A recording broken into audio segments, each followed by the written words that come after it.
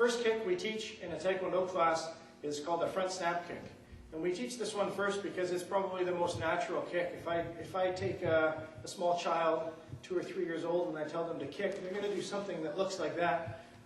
So that's the most natural kick that a human being does. So we generally start with a snap kick.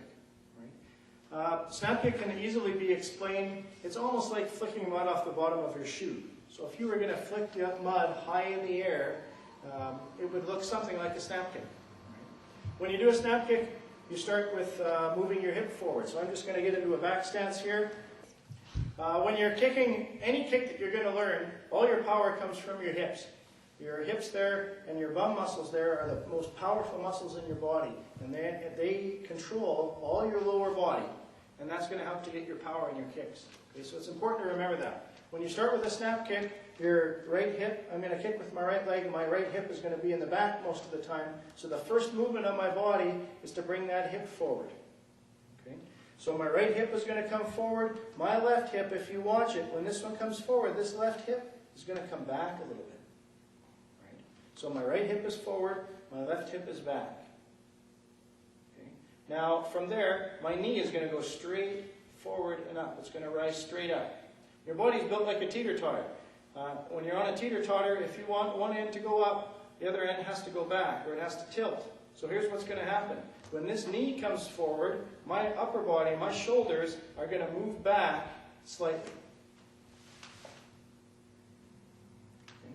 Now, if you looked at a side angle, you would see that my hips are more toward the person that I'm kicking than my shoulders are. So my shoulders are slightly back, my hips are slightly forward. Okay, watch that again. This hip forward, this hip back, and then my upper body's going to be back. When I teach little kids, I talk about pretend that my finger's on your forehead, and it's going to push you back a little bit. So this is what the beginning of your kick looks like. Hips, head, knee. All together. Hips, head, knee. All right? That's the knee up position. Once you get in that position, the only thing you have to do to finish the kick is to snap your foot up. Right?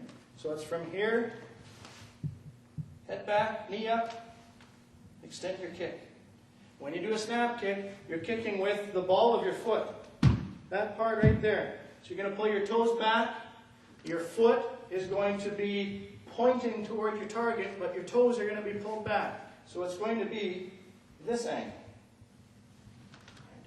So it's hip forward, head back, knee up, and snap.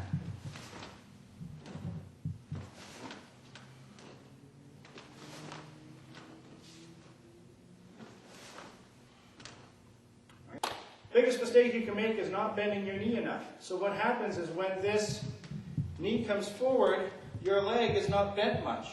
And then when you get in this position, there's no snap in your kick because your foot is too close to the end of your extension there. So what you want to make sure you do when you bring that knee up is keep that heel close to your bum, as close as possible to your bum. And then when you release, you've got a big distance for your snap. So you want to make sure that your kick isn't a shallow kick like that with your legs straight. It's got to be knee up, snap.